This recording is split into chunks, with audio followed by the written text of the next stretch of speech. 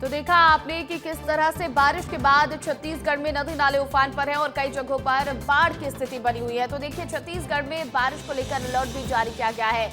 मौसम विभाग ने यह अलर्ट जारी किया है। प्रदेश के कई जिलों में ऑरेंज अलर्ट जारी है, तो कई जिलों में बारिश की संभावना जताई गई है। रायपुर सहित कई जिलों में बारिश लगातार जारी है और 36 घंटे से रायपुर में बारिश हो रही है। कई जिलों में जलभराव की समस्या बनी हुई है। तो देखिए छत्तीसगढ़ में बारिश का अलर्ट जारी किया गया है मौसम विभाग की तरफ से, क्योंकि लगातार भारी बारिश का दौर जारी है और ऐसे में आने वाले दिनों में भी लगातार भारी बारिश देखने को मिलने वाली है। मौसम विभाग ने अलर्ट जारी किया है। प्रदेश के कई जिलों में ऑरेंज अलर्ट है, तो कई जिलों में भारी बारिश की संभावना है। रायपुर सहित कई जिलों में लगातार बारिश होने वाली है और बीते 36 घंटे से रायपुर में लगातार भारी बारिश का दौर जारी है। कई जिलों में जलभराव की समस्या भी देखने को मिली, कई जगहों पर जलभराव की स्थिति भी है। तो देखिए छत्तीसगढ़ में मॉनसून पूरी तरह से सक्रिय है और लगातार भारी बारिश का दौर जारी है। ऐसे में मौसम विभाग ने बारिश को लेकर अलर्ट जारी किया है। अगले कुछ दिनों तक लगातार भारी बारिश छत्तीसगढ़ के कई जिलों में होने वाली है। प्रदेश के कई जिलों में ऑरेंज अलर्ट जारी है, तो कई जिलों में बारिश की संभावना मौसम विभाग ने जताई है और ऐसे में बाढ़ जैसे हालात हो गए हैं। नदी और नाले पूरी तरह से उफान पर है। पुल पुलिया कई जगहों पर नदी की जद में है। सड़कों पर जलभराव की स्थिति है और आम जनजीवन पूरी तरह से प्रभावित नजर आ रहा है। आपको बता दें कि लोगों के घरों में पानी घुस चुका है, सड़कें तालाब में तब्दील हो चुकी हैं और लोग अपने घरों में अपने बेड के ऊपर बैठे रहने को मजबूर है। रायपुर सहित कई जिलों में आने वाले दिनों में बारिश की संभावना है और अगले 36 घंटे रायपुर में लगातार भारी बारिश का दौर जारी है। बीते 36 घंटों से बारिश हो रही है। कई जिलों में जलभराव की स्थिति भी है। और देखिए हमारे सहयोगी अभिषेक तिवारी रायपुर से लाइव जुड़ गए हैं, सीधा उनके पास चलती हूँ। अभिषेक, तस्वीरें दिखाइएगा, बताइएगा रायपुर में किस तरह के हालात है, क्योंकि बीते 36 घंटे से लगातार वहां पर भारी बारिश हो रही है। बिल्कुल, देखिए इस समय भी रायपुर में भी बारिश चल रही है। जैसा कि आप देख सकते हैं हल्की तेज हवाओं के साथ बारिश अभी रायपुर में लगातार हो रही है, क्योंकि प्रदेश भर में ऑरेंज अलर्ट जारी है। जहां रायपुर में पिछले 36 घंटे से बारिश हो रही है, जिसमें जो डिज़ास्टर मैनेजमेंट अथॉरिटी है उन्होंने भी जारी किया है कि अगले 24 घंटे तक इसी तरह का मौसम रहने वाला है।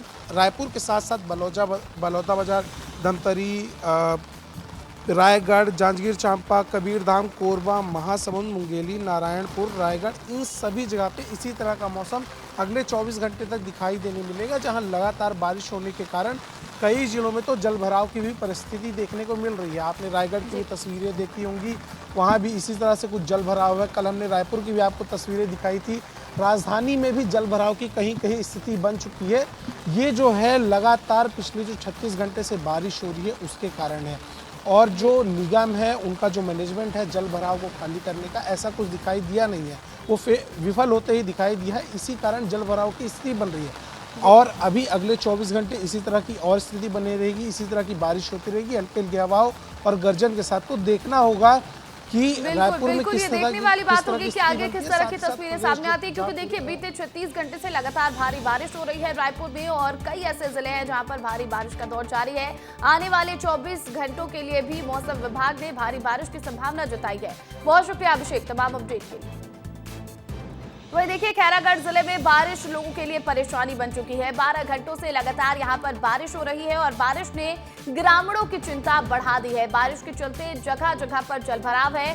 कटंगी खुर्द गांव में सड़कें तालाब बन चुकी हैं। तो देखिए राजधानी रायपुर में तो लगातार बारिश हो ही रही है। इसी बीच खैरागढ़ से भी तस्वीरें सामने आई, जहां पर लगातार बारिश के बाद लोगों के लिए परेशानी बढ़ती जा रही है। 12 घंटों से यहां पर लगातार बारिश हो रही है और बारिश ने ग्रामीणों की चिंता और बढ़ा दी है, ग्रामीणों की परेशानी बढ़ा दी है, क्योंकि बारिश के चलते जगह जगह पर जलभराव की स्थिति है। कटंगी खुर्द गांव में सड़कें पूरी तरह से तालाब में तब्दील हो चुकी हैं और ऐसे में आम जनजीवन पूरी तरह से प्रभावित है।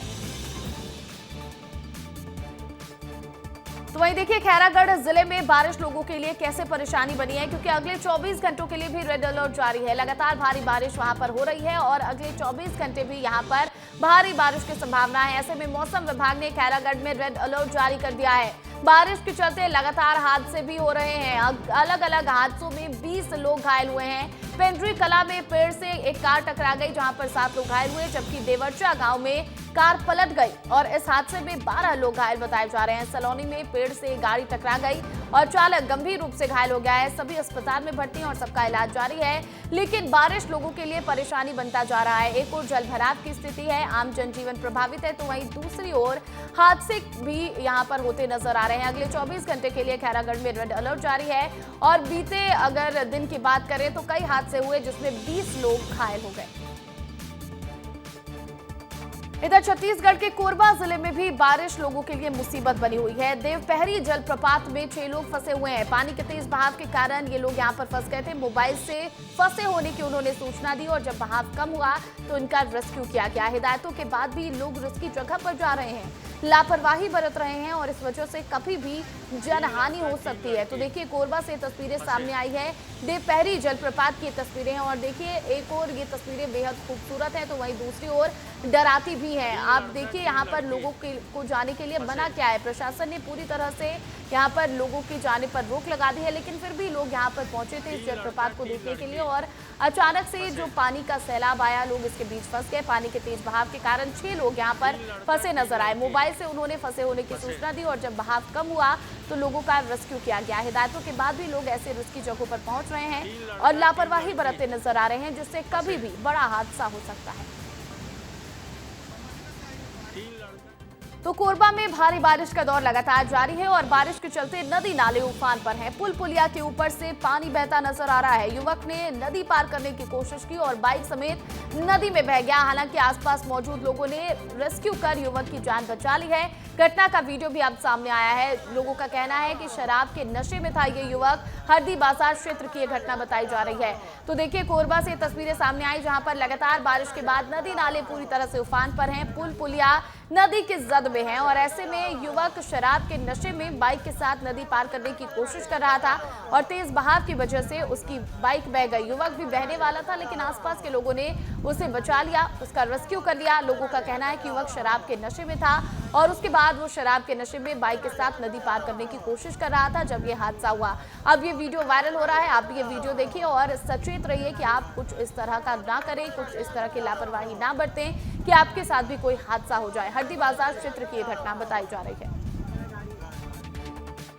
अगली खबर महासमुंद से है, जहां बारिश का सीजन शुरू होते ही सड़कों की हालत खस्ता हाल हो चुकी है, जिससे लोग परेशान हैं। दरअसल बदहाल सड़कों पर पानी से भरे गड्ढों में से बच्चे और ग्रामीण गुजरने को मजबूर हैं। आपको बता दें कि बमहनी से चिंगरौद के बीच एक नाला है जो बारिश के पानी में ओवरफ्लो के चलते टूट जाता है, जिससे आवागमन भी पूरी तरह से प्रभावित हो जाता है। तो देखिए ये जो तस्वीरें हैं, ये तस्वीरें महासमुंद से सामने आई है। देखिए यहाँ पर जब भी बारिश का सीजन आता है, जब भी मानसून सक्रिय होता है तो इस तरह के हालात देखने को मिलते हैं। सड़कों की हालत पूरी तरह से खस्ता हाल हो चुकी है और लोग किस तरह से परेशान नजर आ रहे हैं, आप इन तस्वीरों के जरिए देखिए। यहाँ पर सड़कों पर सिर्फ और सिर्फ गड्ढे हैं। रोड का बहुत हालत ख़राब है सर अभी तो, और आए दिन बरसात में क्या बच्चों को आने जाने में बहुत दिक्कत होता है, स्कूल आने जाने में। इसमें विधायक संसद से मांग हुआ है, लेकिन अभी विधायक जी आश्वासन दिए हैं कि बन जाएगा बोल के। अभी पानी भरा हुआ है, बारिश से पानी भरा हुआ है, लेकिन पूरे सीजन में खराब रहता है। रास्ता खराब होने से सभी लोगों को दिक्कत होती है, आने जाने वाले लोगों को भी परेशानी है, हम लोगों को भी परेशानी होती है। गड्ढे भी बहुत हैं और उसमें पानी भर जाता है, उसको बनवाना चाहिए। बाढ़ आ जाता है तो हम लोग स्कूल नहीं आ पाते हैं, पुल को ऊपर भी बनाना चाहिए, बनाएंगे बोलते हैं, उसको भी नहीं बना रहे हैं। पुल नहीं है तो पानी ऊपर चढ़ जाता है तो स्कूल नहीं जा पाते हैं। जैसे कि अभी आपने बताया कि बमनी से चिंगरौद का जो मार्ग है, और यदि यहाँ पे यदि सही में वहाँ पे रोड की स्थिति बहुत ख़राब है तो एक बार मैं पीडब्ल्यूडी से बात करता हूँ कि एग्जीक्यूटिव इंजीनियर से कि किस कारण से वहाँ पे इतनी बुरी स्थिति और मेंटेनेंस यदि उसका प्रावधान था नहीं हुई है तो किस कारण से नहीं हुई है। एक बार इनसे रिपोर्ट पूरी लेते हैं, उसके बाद आगामी कार्रवाई होगी। तो इधर छत्तीसगढ़ के बिलासपुर में भी जमकर बारिश हो रही है। सड़कें और गलियां पूरी तरह से जलमग्न है। बारिश के चलते जगह जगह पर जल जमाव की स्थिति है, लोगों का सड़कों पर चलना मुश्किल हो चुका है। तो देखिए ये तस्वीरें बिलासपुर से सामने आई है, जहां पर सड़कों पर जलभराव की स्थिति है और लोगों को परेशानी का सामना करना पड़ रहा है। सड़कें और गलियां पूरी तरह से जलमग्न हैं और कई ऐसे घर हैं जहां पर घरों में बारिश का पानी जा चुका है। ऐसे में लोग परेशान नजर आ रहे हैं। आम जनजीवन पूरी तरह से प्रभावित और बारिश के चलते ये जो जल जमाव है, ऐसे में लोगों का चलना भी मुश्किल होता जा रहा है। इधर छत्तीसगढ़ के धमतरी जिले में भी लगातार बारिश का दौर जारी है और बारिश से गंगरेल बांध की स्थिति में सुधार आया है। लगातार बारिश से बांध में पानी की आवक बनी हुई है। 32 टीएमसी वाले गंगरेल बांध में अब 16 टीएमसी पानी भर चुका है।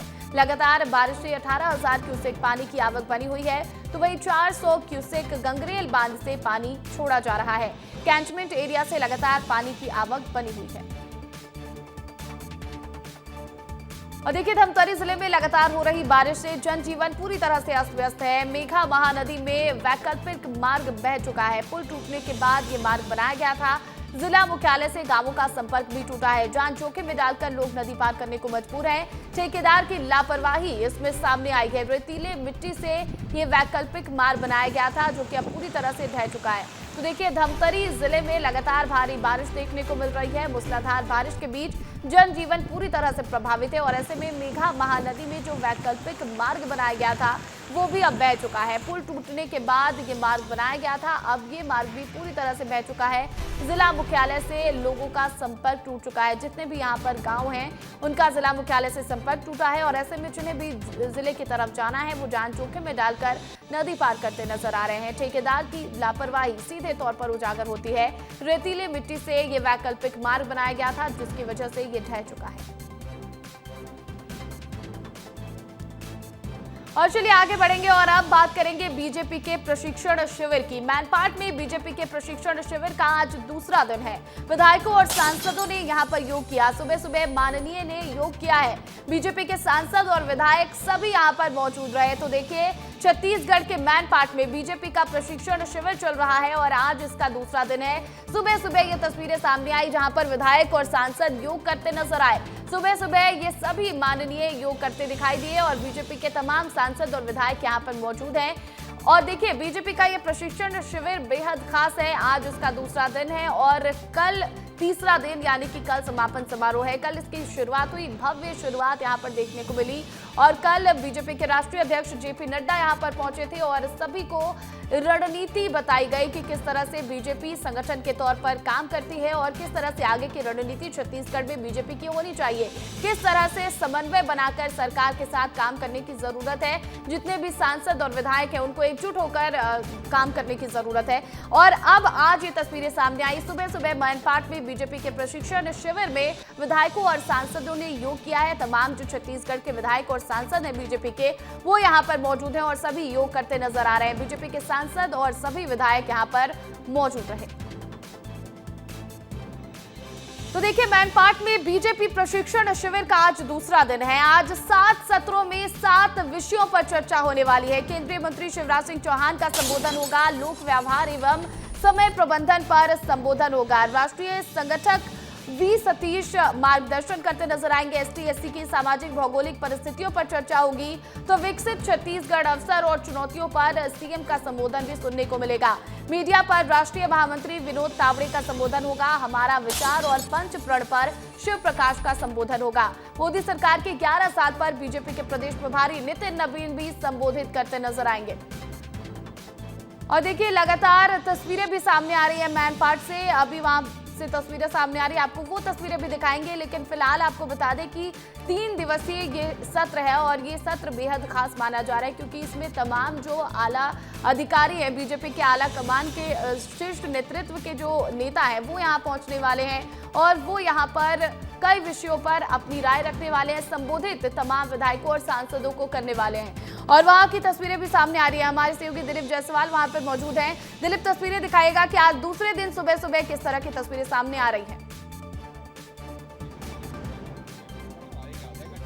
देखिए, पहले तो मैं बता दूं कि मैनपाट का जो वादियां है बहुत खूबसूरत है और मौसम ऐसा है कि हर विधायक यहाँ पर मुस्कुरा रहा है क्योंकि कहते हैं कि मैनपाट आइए मुस्कुराइए। वाकई मुस्कुरा रहे हैं और अभी सुबह सुबह का जो वक्त था सभी विधायकों ने मुख्यमंत्री के साथ योग किया है और योग करने के बाद वो वहाँ से निकले हैं। और इस वक्त हमारे साथ संतोष पांडे जी हैं, विधायक हैं, सांसद हैं और उनसे बात करेंगे कि आखिर उनका जो अनुभव था आज का पहला दिन का सुबह सुबह का वो कैसा रहा सर अनुभव? आज का शुरुआती कार्यक्रम शारीरिक का था। योग, प्राणायाम, खेल, ध्यान धारणा के साथ संपन्न हुआ। भारत माता की प्रार्थना हुई और इस प्रकार से हम सब के लिए शरीर स्वस्थ रहे, इसके लिए तो अपने 24 घंटे में कम से कम 40 मिनट 1 घंटे तो देना ही चाहिए। शरीर माध्यम खलु धर्म साधनम, और इसी निमित्त जो है सभी विधायक और सांसद योग व्यायाम किए और साथ में बहुत मस्ती भरा खेल भी खेले। कौन कौन सा खेल खेले सर? अब एक तो है जिस प्रकार से बुद्धि वाला खेल होता है और खींचने वाला खेल होता है, रस्सी खींचने वाला, जिसमें ताकत का प्रदर्शन होता है, शक्ति का प्रदर्शन होता है। तो इस प्रकार के अनेक खेल खेले और साथ में जो हंसी का ठहाके भर के हंसने वाला कार्यक्रम, उसमें बहुत आनंद आया लोगों को। तो इस प्रकार से सभी लोग एंजॉय कर रहे हैं। बहुत बढ़िया शारीरिक कार्यक्रम आज का संपन्न। सर आज और क्या क्या होने वाला है, अब यहाँ से जाएंगे? माननीय वी सतीश जी हम सब के मध्य में कल से हैं। कल माननीय शिव प्रकाश जी का माननीय राष्ट्रीय अध्यक्ष जगत प्रकाश नड्डा जी ने हम सबको संबोधित किया है। आज माननीय वी सतीश जी, माननीय शिवराज चौहान जी एकात्म मानववाद के ऊपर और ऐसे अन्य विषयों पर प्रबोधन होगा। देखिए आज प्रबोधन होगा, राष्ट्रीय मीडिया और सोशल मीडिया को लेकर भी सिखाया जाएगा, उस पर भी जानकारी दी जाएगी, ST/SC समुदाय पर भी बातचीत होगी। तो तमाम अलग अलग तरीके से ट्रेनिंग होंगे। लेकिन ये सुबह का वक्त है और सभी विधायक और जो सांसद हैं वो ट्रेनिंग करने के बाद देखिए किस तरीके से उनकी गाड़ियां हैं वो निकल चुकी हैं। और आपको तस्वीर दिखाना चाहूँगा, एक डोम है जो बारिश अगर हो जाए तो वहाँ पे अंदर पे वहाँ पे इन्होंने योग किया है और पूरा जो प्रशिक्षण का कार्यक्रम सुबह सुबह का जो था, पहला जो सत्र था वहाँ पे संपन्न हुआ है। जो जिन्होंने योग कराया उनसे मैं बात करा दूँ आपको। भैया थोड़ा सा बाहर आ जाइएगा।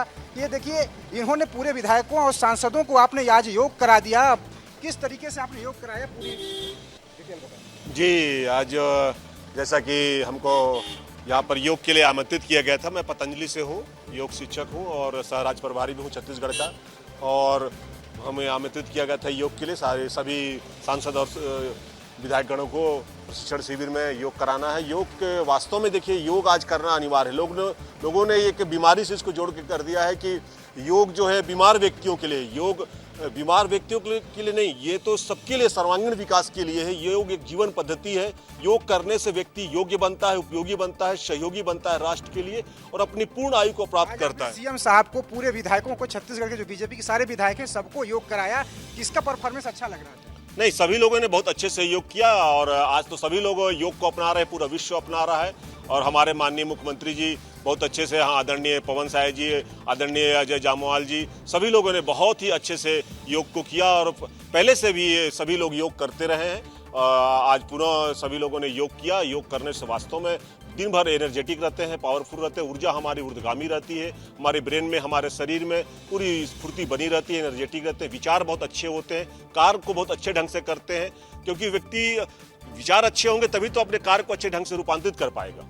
बिल्कुल, जो यहाँ से आज शक्ति लेके जा रहे हैं, अच्छा माहौल लेके जा रहे हैं, मतलब एक अच्छा अनुभव लेकर जा रहे हैं और पूरे दिन भर जो एनर्जी के साथ जो विधायक और जो सांसद हैं वो ट्रेनिंग लेंगे। क्योंकि शिवराज सिंह चौहान, आज कृषि मंत्री, खुद भी यहाँ पर पहुँचने वाले हैं। 11 बजे वो यहाँ पहुँचेंगे, मैन पार्ट पहुँचेंगे और उसके बाद यहाँ संबोधित करेंगे, अलग अलग जो क्षेत्र हैं वहाँ का भी वो भ्रमण करेंगे। तो इस तरीके से आज पूरे दिन भर का जो कार्यक्रम है, 7 सत्र होंगे और पूरा कार्यक्रम यहाँ पे संपन्न होने वाला है। बिल्कुल, देखिए 7 सत्र होने वाले हैं दिलीप, तो ऐसे में किस तरह की तैयारियां, आप उन तैयारियों की तस्वीरें भी दिखाएगा और अगर कुछ विधायक और सांसद आपको मिल जाए रास्ते में जाते जाते तो उनसे भी बातचीत कीजिए। क्योंकि योग किया है सबने आज और सबका आज का दिन बहुत ही खास रहने वाला है, क्योंकि आज 7 विषयों पर चर्चा होनी है और कई ऐसे विषय हैं जो आम जनता से जुड़े हैं और ऐसे में उन्हें बहुत कुछ सीखने को मिलेगा। तो उनसे बातचीत कीजिए एक बार। देखिए जो सांसद और जो विधायक हैं लगभग योग करके यहाँ से निकल चुके हैं और कुछ देर बाद जब हम पहुँचेंगे जहाँ पर इनका ट्रेनिंग प्रोग्राम है तो वहाँ पर जब पहुँचकर हम इनसे बात करेंगे और जानेंगे कि आखिर जो प्रशिक्षण है वो किस तरीके से होगा। आपको मैन पार्ट की वादियों को एक बार दिखा दूँ कि किस तरीके से, देखिए चारों तरफ का जो माहौल है और इसी माहौल में सारे विधायक और सांसद मैन पार्ट में रह रहे हैं। ये किसी पर बहुत बड़ा जैसा लग रहा है, कोई शिमला में पहुँच गया है, किसी को लग रहा है कश्मीर में पहुँच गया। तो अलग अलग अनुभव जो सांसद और विधायक बता रहे हैं, क्योंकि चारों तरफ कहा जाता है। दिलीप, मैं उम्मीद करती हूँ आप जल्द से जल्द सांसदों और विधायकों तक पहुंचिए, फिर उनसे बातचीत कीजिएगा। क्योंकि देखिए लगातार वो गाने गुनगुनाते रहे, हमारे दर्शकों को भी खूब पसंद आया, तस्वीरें भी खूब उन्हें पसंद आ रही है। तो आप उनके पास पहुंचिए, उनसे बातचीत कीजिए। फिलहाल के लिए बहुत बहुत शुक्रिया। और देखिए मैनपाट में बीजेपी का प्रशिक्षण शिविर चल रहा है। बीजेपी प्रदेश अध्यक्ष किरण सिंहदेव का बयान अब इस पर सामने आया है। कारनामों के कारण कांग्रेस की विदाई हुई है। जनता के लिए कांग्रेस ने कुछ नहीं किया। जनता ने बीजेपी को अपना मत दिया है। विपक्ष में बैठकर कांग्रेस सिर्फ आरोप लगा रही है। जनता ने प्रदेश और देश से कांग्रेस की विदाई कर दी है। तो देखिए, मैनपाट में बीजेपी का प्रशिक्षण शिविर चल रहा है और इस दौरान तमाम जो बीजेपी के विधायक और सांसद हैं वो यहां पर पहुंचे हुए हैं। बीजेपी प्रदेश अध्यक्ष किरण सिंहदेव भी यहां पहुंचे और उनका बयान अब सामने आया। उन्होंने कांग्रेस पर तंज कसा है। उन्होंने कहा है कि अपने कारनामों के कारण कांग्रेस की विदाई हो गई है। जनता के लिए कांग्रेस ने कुछ नहीं किया है, इसीलिए जनता ने बीजेपी को अपना मत दिया और विपक्ष में बैठकर कांग्रेस सिर्फ आरोप लगा रही है। कांग्रेस ने कुछ भी नहीं किया है, इसीलिए जनता ने प्रदेश और देश से कांग्रेस की विदाई कर दी। और इधर देखिए, बिलासपुर में पुलिस की बड़ी कार्रवाई देखने को मिली है। शारदा मंदिर के ऊपर डांस का मामला और इस पूरे मामले में 3 आरोपी गिरफ्तार किए गए हैं। पुलिस ने आरोपियों का जुलूस भी निकाला है। मुहर्रम जुलूस के दौरान इन्होंने शारदा मंदिर पर जाकर डांस किया था। जुलूस में मन्नत शेर बनकर डांस किया था।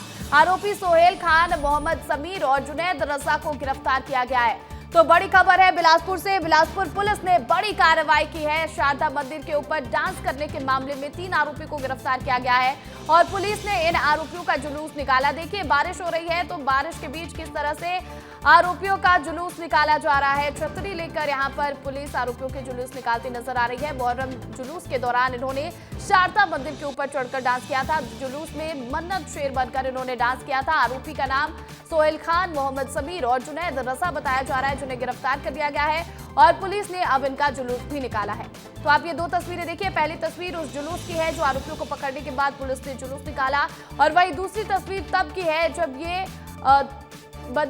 ये आरोपी जो है ये शारदा मंदिर पर चढ़े थे और वहां पर डांस करते नजर आए थे। तो ये 2 तस्वीरें आपके सामने कि किस तरह से उन पर कार्रवाई हुई सभी आरोपियों पर जो शारदा मंदिर के ऊपर चढ़कर डांस करते नजर आए थे।